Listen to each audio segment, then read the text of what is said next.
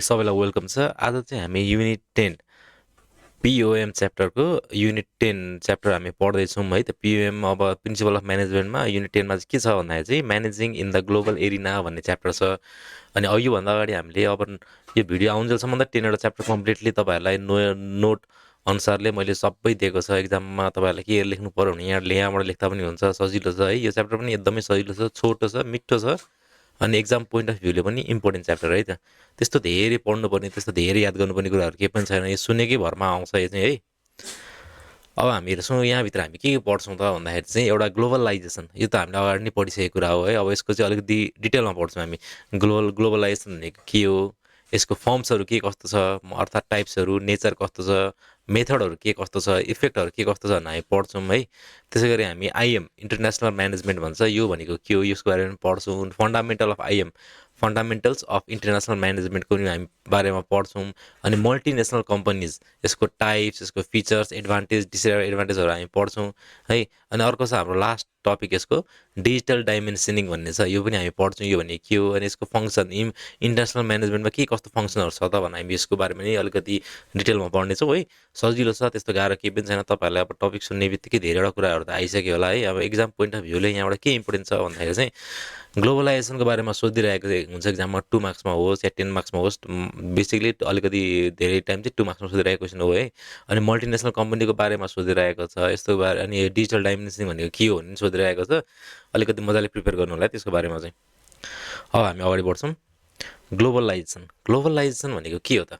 Globalization is the process of increasing interaction, integration, and interdependence among people, business, government across different countries.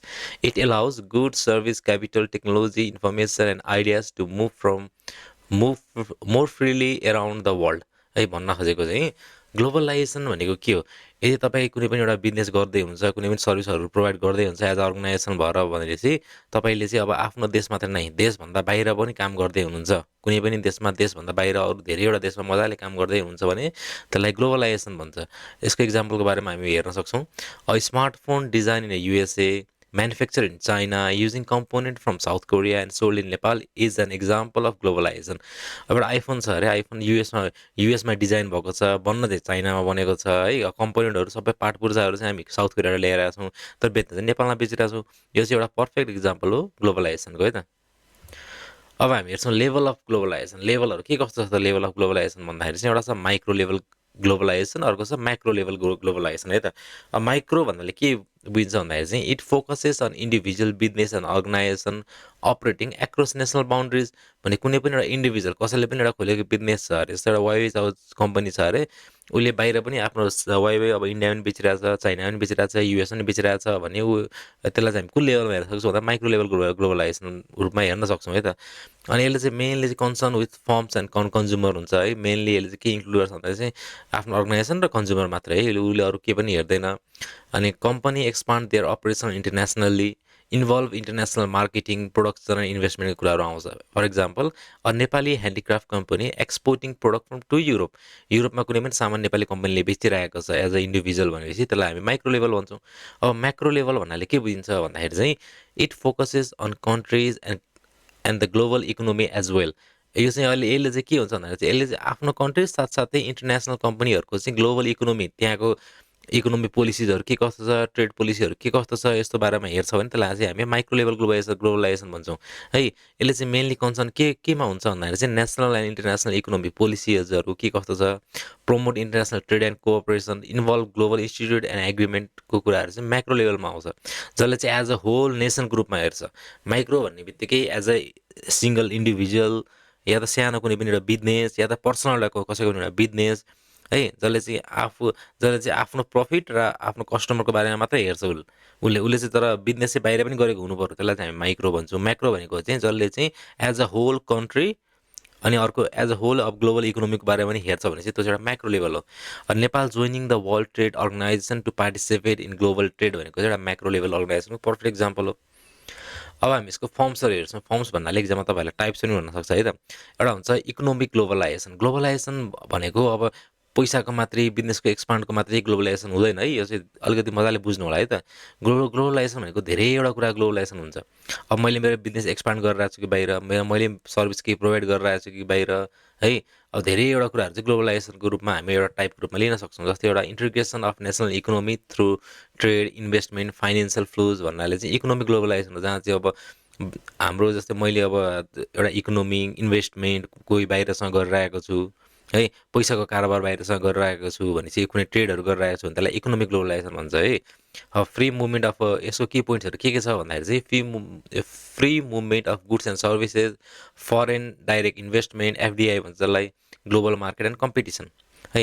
इक्जाम्पलको रूपमा हामी हेर्न सक्छौँ, a Japanese company investing in manufacture plant in Nepal. जस्तै कुनै पनि बाहिरको आएर नेपालमा उसले कुनै प्लान्ट खोलिरहेको छ, कुनै फ्याक्ट्री खोलिरहेको छ भने त्यसलाई as a globalisation, economic globalisation भन्छौँ।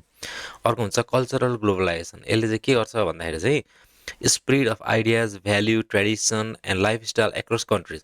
भनेपछि हामीले हाम्रो संस्कृति, सभ्यता, हाम्रो रिलिजनहरू हामीले हाम्रो देशभन्दा बाहिर पनि फैलाइरहेको छौँ भने त्यसलाई कल्चरल ग्लोबलाइजेसन भन्छ है। जसमा चाहिँ अब के हुन्छ, एउटा कल्चरको एक्सचेन्ज हुने भयो, ग्लोबल मिडिया एन्ड इन्टरटेनमेन्टको कुराहरू आउने भयो त्यहाँ, adoption of foreign lifestyle and प्रोडक्टको कुराहरू आउने भयो त्यहाँ। इक्जाम्पलको रूपमा चाहिँ के हुन्छ भन्दाखेरि चाहिँ Nepalese youth watching Korean drama and listening to K pop music. अब हामी बाहिरको वेस्टर्न म्युजिक, कोरियन ड्रामाहरू हेरिरहेको छौँ भनेदेखि त्यो पनि एज अ ग्लोबलाइजेसनको रूपमा लिन सकिन्छ त्यसलाई पनि, जसलाई चाहिँ हामी कल्चरल ग्लोबलाइजेसन भन्छौँ है त। अब आउँछ हाम्रो political globalisation, increasing cooperation among government and international organisation.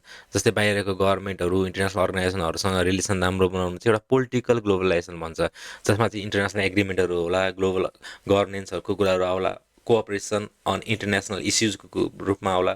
For example, countries working together through the national united nation to maintain peace and security है। जस्तै युएनमा जाने आर्मीहरू भन्छ नि, त्यो पनि एउटा ग्लोबलाइजेसन हो, त्यसलाई चाहिँ पोलिटिकल ग्लोबलाइजेसन भन्छ है त। अब हामी जाउँ अर्को, environmental globalisation, global cooperation to solve environmental problem.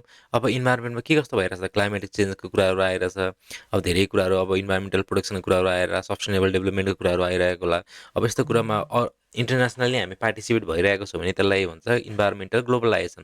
For example, countries participating in global effort to reduce carbon emission.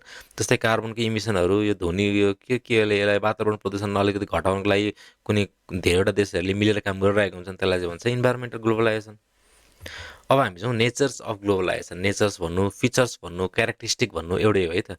अब के कस्तो नेचरहरू छ त ग्लोबलाइजेसनमा, ग्लोबलाइजेसनमा खासमा के छ त भन्न खोजेको क्या, ग्लोबलाइजेसन भन्ने डिफिनेसनभित्र के छ त भन्न खोजेको। यसमा आउँछ फर्स्टमा हाम्रो वर्ल्ड वाइड प्रोसेस, एउटा वर्ल्ड वाइड प्रोसेस हो। इन्टिग्रेसन अफ इकोनोमी, यसमा इकोनोमीको नि कुराहरू आउँछ।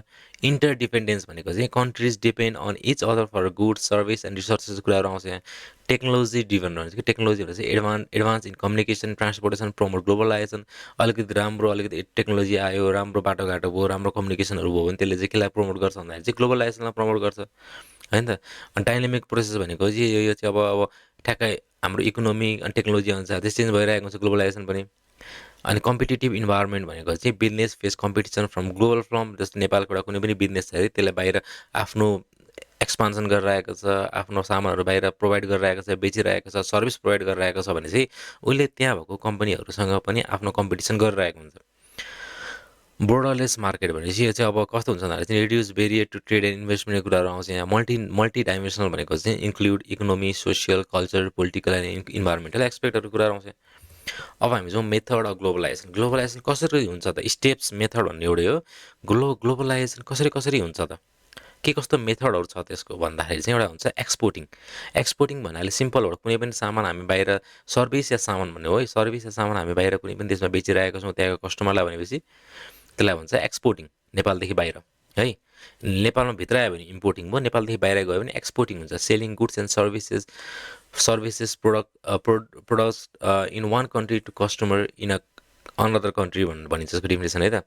इक्जाम्पलको रूपमा हामी लिन सक्छौँ Nepal exporting carpet and tea to Europe है। अर्को हुन्छ लाइसेन्सिङ एन्ड फ्रेन्चाइजिङ है त। लाइसेन्सिङ एन्ड फ्रेन्चाइजिङ भन्नाले चाहिँ लाइसेन्सिङ भनेको के हो त भन्दाखेरि चाहिँ a company permit another company A company permits another company to use its patent, trademarks or technology for free.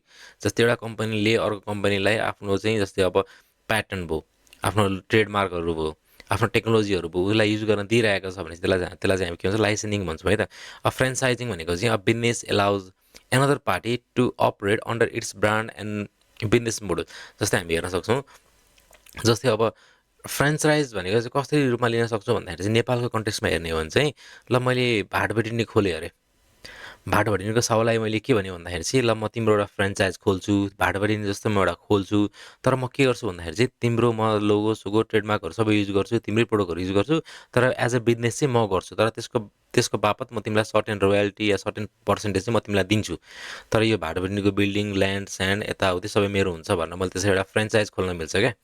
जस्तै यो फुड सर्भिसहरूमा धेरै देखेको छ, जस्तै केएफसीको ब्रान्डहरू, म्याकडोनल्डको ब्रान्डहरू बाहिर हेर्ने हो भने स्टारबक्सको ब्रान्डहरू धेरै देखिरहेको छ, नेपालमै हेर्ने हो भने पनि अब धेरै यो अब यो जुत्ताको यो जुत्ताहरूको ब्रान्डहरू, यो गोल्ड स्टारहरूको, त्यसै गरी अब यो नेपालमा पनि धेरै छ, यो बाजेको सेकुवा भयो है।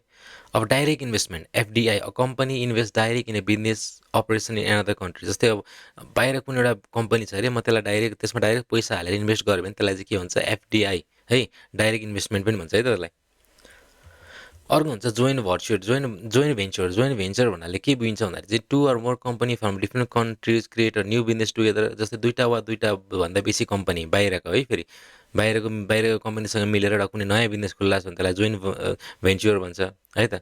मर्जर्स एन्ड एक्विजिसनको कुराहरू आउँछ यहाँ चाहिँ। मर्जर एन्ड एक्विजिसन भन्नाले के बुझिन्छ भन्दा मर्जर भनेको चाहिँ two company combine to form a single company, दुईवटा कम्पनी मिलेर एउटा सिङ्गल कम्पनी खोल्यो भने त्यसलाई मर्जर भन्छ। एक्विजिसन भनेको चाहिँ one company purchase another company, जस्तै एउटा कम्पनीले अर्को एउटा कम्पनी किन्यो भने त्यसलाई चाहिँ एक्विजिसन भन्छ है त।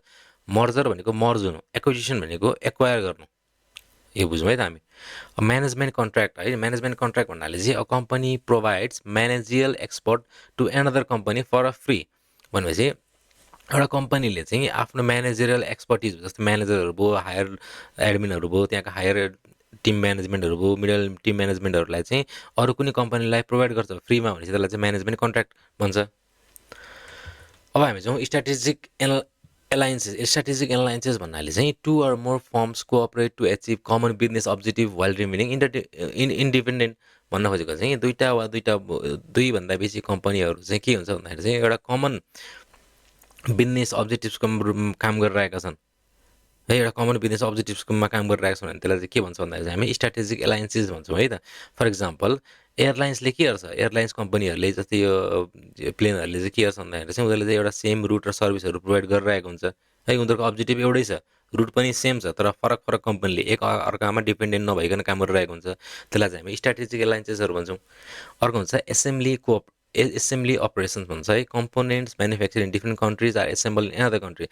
जस्तै अब यसको इक्जाम्पलको रूपमा के लिन सक्छौँ भन्दाखेरि चाहिँ जस्तै आइफोनहरू चाइनामा भन्छ है, हुन त अब युएस कम्पनी चाहिँ युएसको हो, तर चाइनामा भन्छ नि त, एसेम्बल त चाइनामा हुन्छ नि त, त्यहाँबाट अरू ठाउँमा पठाउँछ। A fully owned manufacturing facilities, a company establish and own a complete production facility in a foreign country. जस्तै अब नेपालमा एउटा कोही पनि मान्छे छ अरे, उसले बाहिर गएर चाहिँ कम्प्लिटली आफ्नै तरिकाले कुनै कम्पनी खोल्छ, प्रोडक्सन फेसिलिटीहरू खोल्छ भने त्यसलाई चाहिँ के भन्छ, फुल्ली अर्न म्यानुफ्याक्चरिङ फेसिलिटिज भन्छ है त। अब हामी चाहिँ इफेक्ट अफ ग्लोबलाइजेसन पढ्नु पर्दाखेरि चाहिँ अब सहिलो तरिकाले पढ्ने हो भने चाहिँ पोजिटिभ इफेक्ट पनि हुन्छ, नेगेटिभ इफेक्ट पनि हुन्छ। एक्जाममा तपाईँहरूलाई अब इफेक्ट अफ ग्लोबलाइजेसन भन्यो भने तपाईँले एउटैमा पनि लेख्न सक्नुहुन्छ, पोजिटिभ र नेगेटिभ छुट्याएर लेख्न सक्नुहुन्छ है त। यसको दुई तरिका हुन्छ, राम्रो पक्ष पनि हुन्छ, नराम्रो पक्ष पनि हुन्छ। एउटा हुन्छ ग्लोबलाइजेसन भयो भने बाहिर सामानहरू मजाले जान्छ, मजाले एक्सपोर्ट गर्न पाइयो, मजाले पैसा आउने भयो है, त्यही अनुसारले हाम्रो सर्भिसहरू पनि बाहिर प्रोभाइड गरिरहेको हुन्छ, त्यही अनुसारले पैसा आउने भयो, त्यसले गर्दा इकोनोमिक ग्रोथ हुन्छ है। त्यसले गर्दा अब त्यसै गरी के हुन्छ भन्दाखेरि चाहिँ बाहिर इन्भेस्टमेन्टहरू मजाले भयो भने इम्प्लोइमेन्ट अपर्च्युनिटी पनि हुन्छ, नयाँ नयाँ टेक्नोलोजीहरू, एक्सेस टु टेक्नोलोजी, नयाँ नयाँ टेक्नोलोजीहरूको बारेमा थाहा हुन्छ।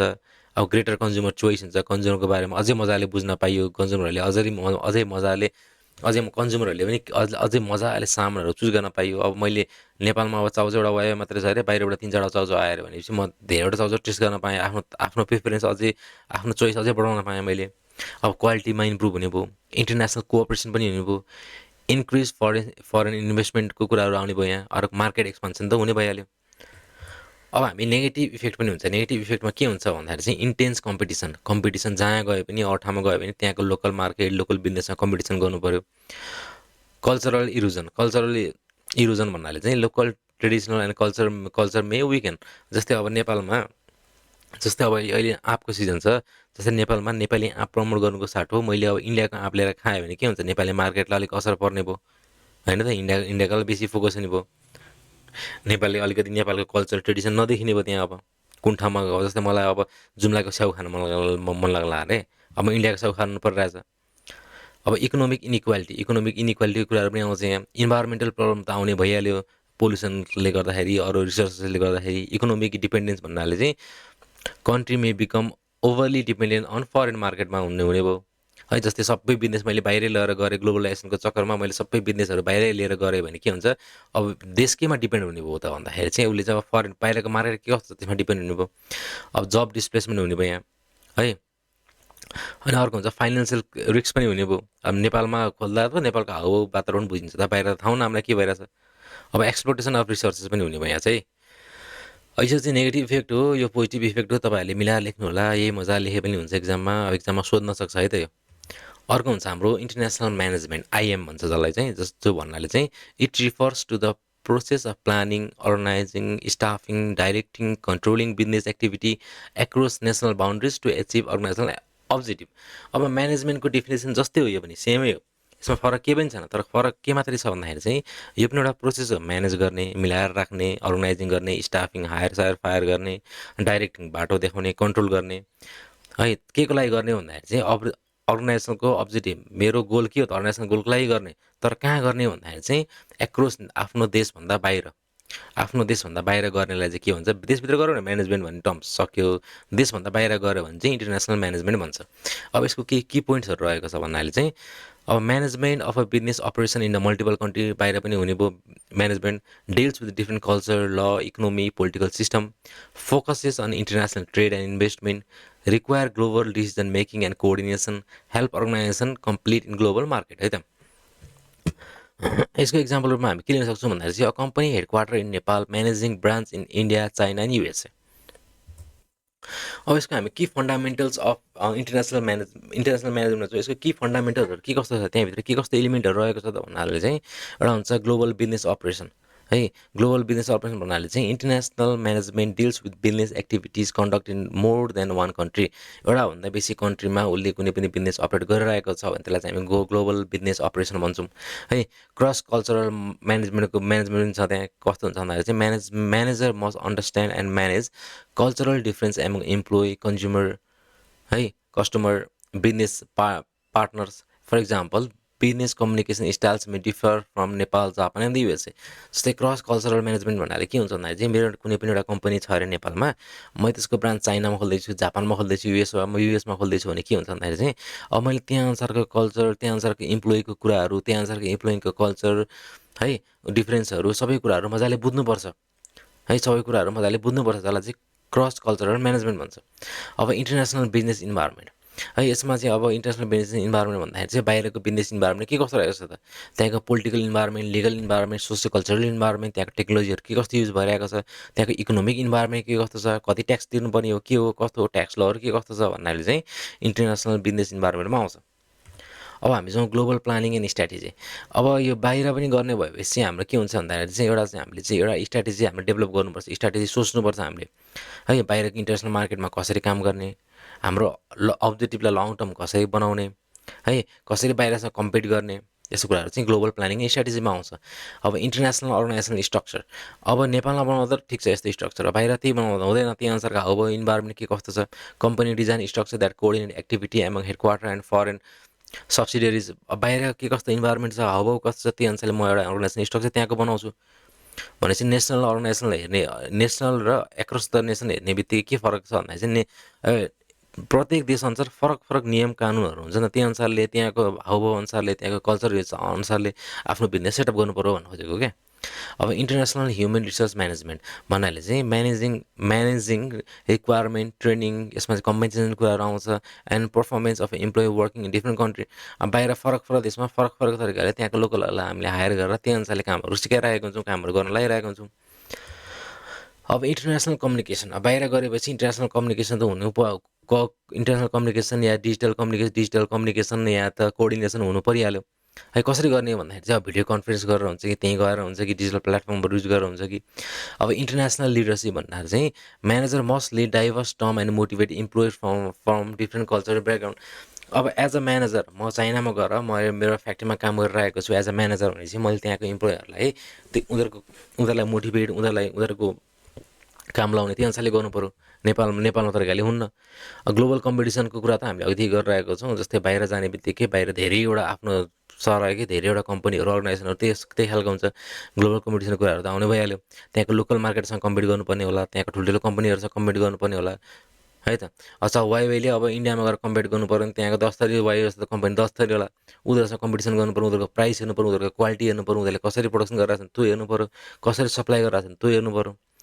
इथिकल एन्ड सोसल रेस्पोन्सिबिलिटी कुराहरू पनि आउँछ यहाँ, जहाँ चाहिँ international business must operate ethically and contribute positively to society. अब बाहिर गएर कुनै कम्पनी खोलेको छ भन्दैमा अब मेरो कम्पनी अब ग्लोबलाइजेसनमा गएको छ, हामी ग्लोबलाइजेसनमा गएको छ भनेर बाहिर कुनै कम्पनी खोलिरहेको छ भनेपछि त्यहाँको अब कल्चर कस्तो छ है, त्यहाँ अब लिगल तरिकाले काम गर्ने, इलिगल तरिकाले होइन, लिगल तरिकाले काम गर्ने त्यहाँ के कस्तो छ, कसरी काम गर्नुपर्ने, यो क्राइटेरिया के कस्तो छ त्यो हेर्नु पऱ्यो। अनि अर्को चाहिँ सोसाइटीमा पोजिटिभ इफेक्ट पनि देखाउन सक्नु पऱ्यो। भन्न खोजेको चाहिँ अब पुरै अब इन्भाइरोमेन्ट पोल्युसन गरिदिने, त्यहाँ गएर त्यहाँको खोलानाला पोल्युसन गरिदिने कुरा आउँदैन है। त्यहाँको ल के कस्तो छ त्यो बुझ्नु पऱ्यो। अब हामी जाउँ मल्टिनेसनल कम्पनी भनेको तपाईँले बुझिसक्नुभयो होला। जस्तै अब एप्पल भयो, कोकोला कम्पनी भयो, युनिलिभर भयो, यो स्यामसङ भयो, टोयोटा भयो, होन्डा भयो, यिनीहरू चाहिँ मल्टिनेसनल कम्पनी हो। उनीहरू चाहिँ धेरैवटा देशमा आफ्नो ब्रान्चेसहरू, धेरैवटा देशमा आफ्नो सर्भिसेसहरू, धेरैवटा देशमा आफ्नो सामानहरू चाहिँ पुर्याइरहेको हुन्छन्, बेचिरहेको हुन्छन्, प्रोभाइड गरिरहेको हुन्छन् है त। अब मल्टिनेसनल कम्पनी भन्नाले के बुझिन्छ भन्दाखेरि चाहिँ they are large business organisation that owns or control production and services facilities in more than one country. एउटा भन्दा बेसी कन्ट्रीमा चाहिँ आफ्नो सर्भिसहरू फेसिलिटीहरू प्रोभाइड गरिरहेको हुन्छ भन्ने कुरा बुझिन्छ है त। अब की पोइन्ट्समा के कस्तो रहेको छ भन्दाखेरि चाहिँ अपरेट इन सेभरल कन्ट्रिज, धेरै कन्ट्रीमा अपरेट भइरहेको हुन्छ।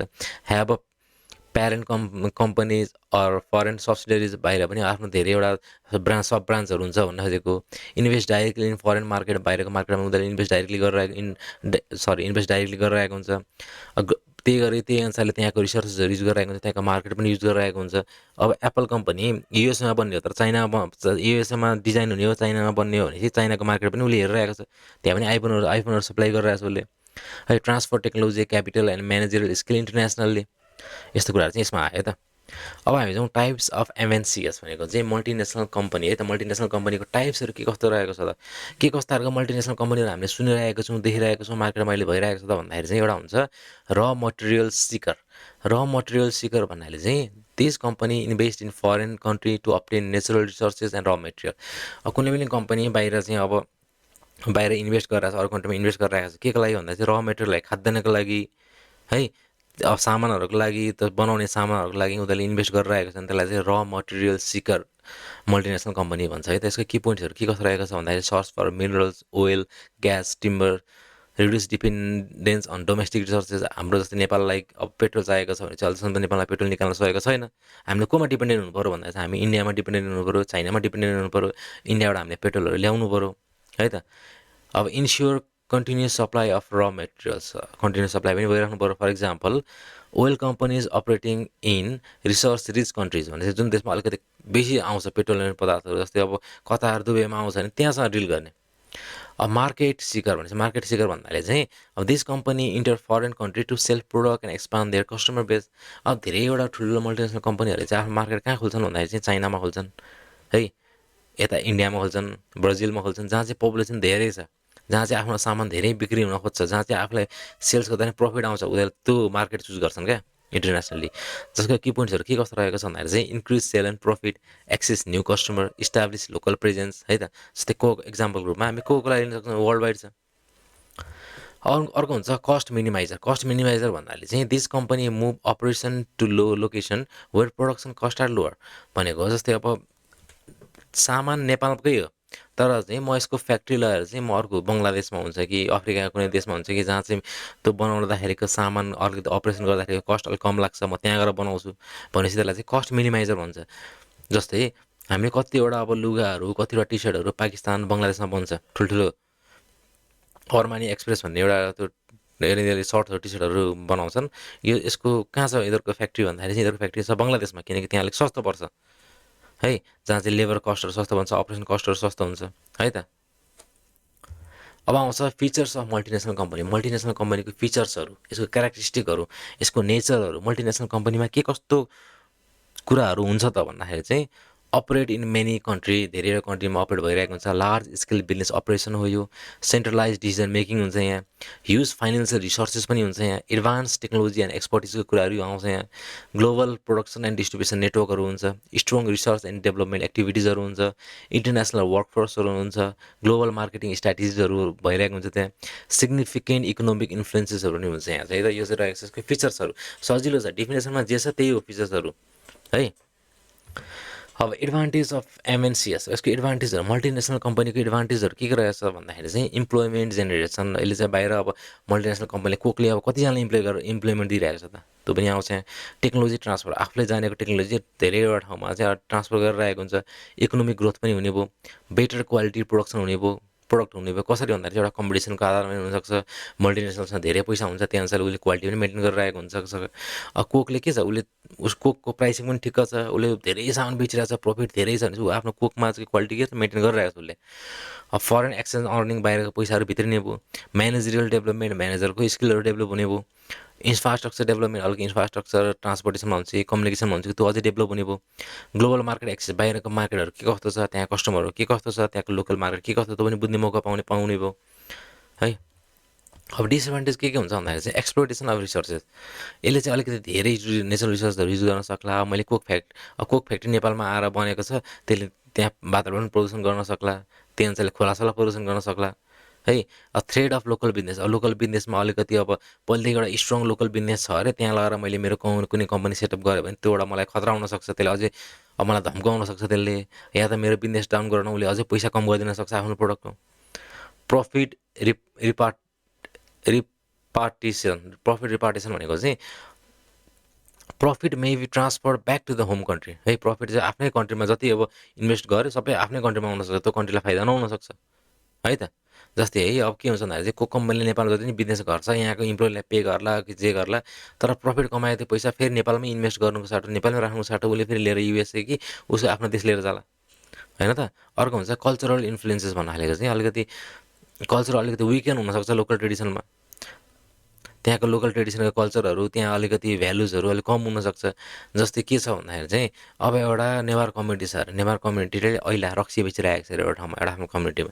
त्यहाँ चाहिँ अब विदेशी ब्रान्डको रक्सी आयो भने के हुन्छ भन्दाखेरि चाहिँ अब भोलिदेखि मान्छेले विदेशी ब्रान्ड मन पराउन थाल्ला नेवारीहरूले, उनीहरूले आफ्नो ऐला नखान सक्लान् होइन त।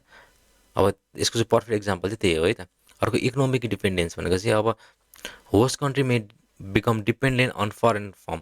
अब बाहिरको इकोनोमी के कस्तो छ त, उसको ल के कस्तो छ त, उसँग डिपेन्ड हुनु पऱ्यो क्या आफूले भन्दा नि। अब म एज अ नेपाल, म जापानमा गएर कुनै खोल्दैछु भने म जापानको इकोनोमीसँग डिपेन्ड हुने भयो क्या। अब पोलिटिकल इन्फ्लुएन्सेसहरू हुनसक्ला, लेभल एक्सप्लोइटेसनहरू हुनसक्ला, इन्भाइरोमेन्टल प्रब्लमहरू ल्याउन सक्ला यसले होइन। अब हामी जाउँ डिजिटल डाइमेन्सनिङ। डिजिटल डाइमेन्सनिङ भनेको के, एक्जाममा सोधिरहेको क्वेसन हो यो। डिजिटल डाइमेन्सनिङ भन्नाले चाहिँ digital dimensioning refers to the use of digital technology, internet based system, data analytics, artificial इन्टेलिजेन्सलाई चाहिँ एआई पनि भन्छ, cloud computing, communication technology to conduct and manage business activities efficiently across the nation, across the world है त। भन्नाले चाहिँ digital डाइमेन्सनिङ भन्दाखेरि चाहिँ अलिकति डिजिटल टेक्नोलोजीहरू युज गर्ने, एडभान्स टेक्नोलोजीहरू युज गर्ने, इन्टरनेट बेस्ड टेक्नोलोजीहरू जस्तै अब यो हाम्रो एआईको सिस्टमहरू युज गर्ने। केलाई युज गर्ने हो भन्दाखेरि चाहिँ आफ्नो बिजनेस अगाडि बढाउन, आफ्नो बिजनेसलाई म्यानेज गर्न, आफ्नो बिजनेस अगाडि बढाउनलाई युज गर्ने वर्ल्डभरि है त। त्यसलाई चाहिँ हामी के भन्छ, डिजिटल डाइमेन्सनिङ भन्छौँ है त। यसको के पोइन्टहरू रहेको छ, यसले चाहिँ मोडर्न डिजिटल टेक्नोलोजीहरू युज गर्छ, अलिकति ग्लोबल कम्युनिकेसन एन्ड कोलाबोरेसनमा अलिकति हेल्प गर्छ यसले। Establish real time information sharing भनेको चाहिँ अब मलाई अब मेरो एउटा ब्रान्च छ उहाँ रसियामा छ भने म यहाँ नेपाल बसेर कसरी उसँग त स्काइपको थ्रुबाट, म जुमको थ्रुबाट एकैछिनमा उसँग मैले कन्फरेन्स या मिटिङ गर्न सक्यो भने त मेरो टाइम पनि सेभ भयो है त। अब improve decision making through data एनालाइसिसहरू मजाले हेरेर डिसिजन मजाले लिन सक्यो। Increase organisation efficiency and productivity, अलिकति चाँडो र राम्रो काम हुने भयो। Reduce time and operational cost, time र अपरेसनल कस्टको पनि यसले सेभ गर्ने भयो डिजिटल डाइमेन्सनिङले। हेल्प बिजनेस कम्पिटिङ, ग्लोबल मार्केटसँग कम्पिट गर्न हामीलाई सजिलो पुऱ्याउने भयो। अब इक्जाम्पलको रूपमा लिन्छौँ हामी अनलाइन मिटिङ थ्रु जुम र माइक्रोसफ्ट टिम। अब e commerce platform for international sales, cloud storage for sharing business data globally. अब एआईको कुराहरू आउँछ है त। अब त्यसै गरी हामी digital dimensioning and function of international market international म्यानेजमेन्टमा चाहिँ के कस्तो कुराहरू पर्छ त, जस्तै function international digital dimensioning digitally अब कुनै कुरा हेर्नु पऱ्यो, डिजिटल डाइमेन्सनिङहरू कुरा र इन्टरनेसनल मार्केटमा हामी सर्भ गरेर थियौँ। जस्तै अब डिजिटल डाइमेन्सनिङ भन्ने बित्तिकै यसको के कस्तो फङ्सनहरू छ त भनेर चाहिँ एउटा प्लानिङको कुराहरू आउँछ। यो सबै यो म्यानेजमेन्टको फङ्सनहरू आउँछ। यसमा चाहिँ प्लानिङ कुरा आउँछ। Digital technology help manager forecast analyse data and make strategic decision. उसले चाहिँ डिजिटल जस्तै अब कुनै पनि इन्टरनेसनल म्यानेजमेन्ट भएर छ अरे, एउटा इन्टरनेसनल कम्पनी मल्टिनेसनल कम्पनीहरू छ अरे, त्यहाँको म्यानेजरले के गर्छ भन्दाखेरि चाहिँ उसले चाहिँ डिजिटल टेक्नोलोजीहरू युज गरेर आफ्नो आफ्नो जस्तै अब डाटाहरू स्टोर गर्छ, डाटाहरूलाई मजाले प्लानिङ गर्छ, डाटाहरू मजाले हेर्छ है त। अनि त्यसै गरी अर्को आउँछ अर्गनाइजिङ। अब digital system improve coordination and communication among the global unit. अब वर्ल्डभरि जहाँसुकै मेरो कम्पनीको ब्रान्चेस होस्, म अझ अलिकति डिजिटल्ली सबैसँग कुरा गरेर त्यही अनुसारले कोअर्डिनेसन र कम्युनिकेसनहरू मिलाउन सक्छु है। त्यसै गरी स्टाफिङको रूपमा आउँछ।